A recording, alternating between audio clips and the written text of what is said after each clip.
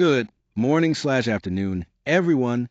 Welcome to our session on understanding test scoring, methods, interpretation, and validity.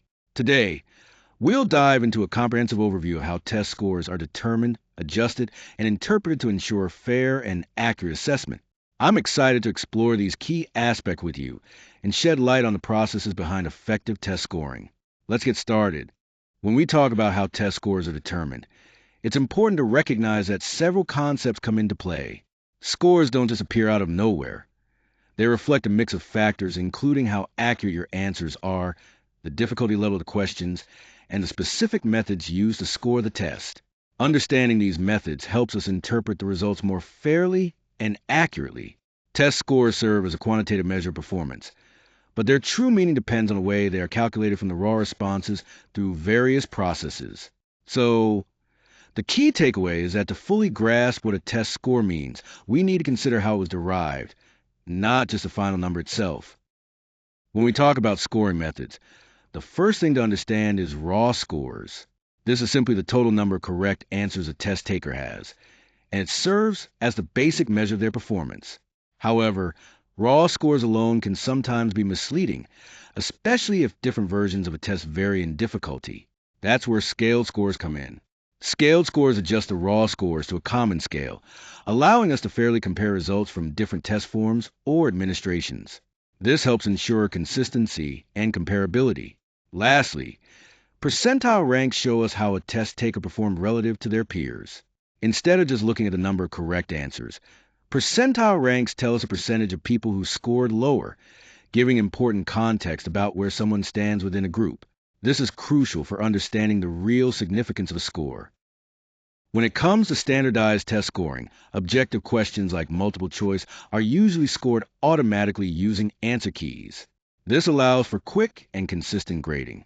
For subjective answers, such as essays, trained human scorers use detailed rubrics to evaluate responses. This ensures that the scoring is fair and standardized. Together, these methods help maintain consistency and accuracy across different test administrations and diverse populations, making sure that every test taker is assessed fairly. When it comes to adjusting scores, there are a few important methods to consider. First, curve grading involves shifting scores based on how everyone performed overall. This is helpful when a test turns out to be unusually hard or easy, ensuring fairness across the board. Then we have normalization, which uses statistical techniques to align score distributions, especially useful when different versions of a test are given. Weighting is another key method where certain sections or questions are given more importance, which can affect the final composite score.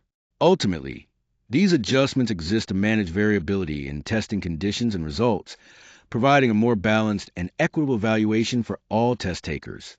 When we look at the impact of test format, the first thing to consider is how multiple choice questions allow for objective scoring. These questions have clear right or wrong answers, which makes scoring straightforward and quick.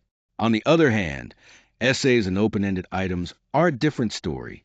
They require evaluative criteria like clarity, content, and reasoning, which means score becomes more subjective and takes longer. This brings me to the importance of understanding these format differences. Recognizing how the format influences scoring helps us appreciate its effect on the reliability of the test and how we interpret the scores. This understanding is crucial for making informed decisions based on test results.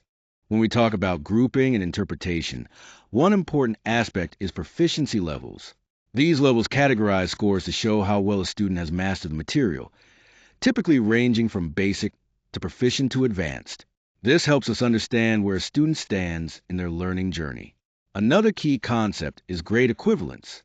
This translates a student's score into the grade level that corresponds with their performance, making it easier to see how the student's achievement compares to typical expectations for their grade. The main purpose of these groupings is to make the communication of results clearer and more meaningful for everyone involved, teachers, students, and parents alike.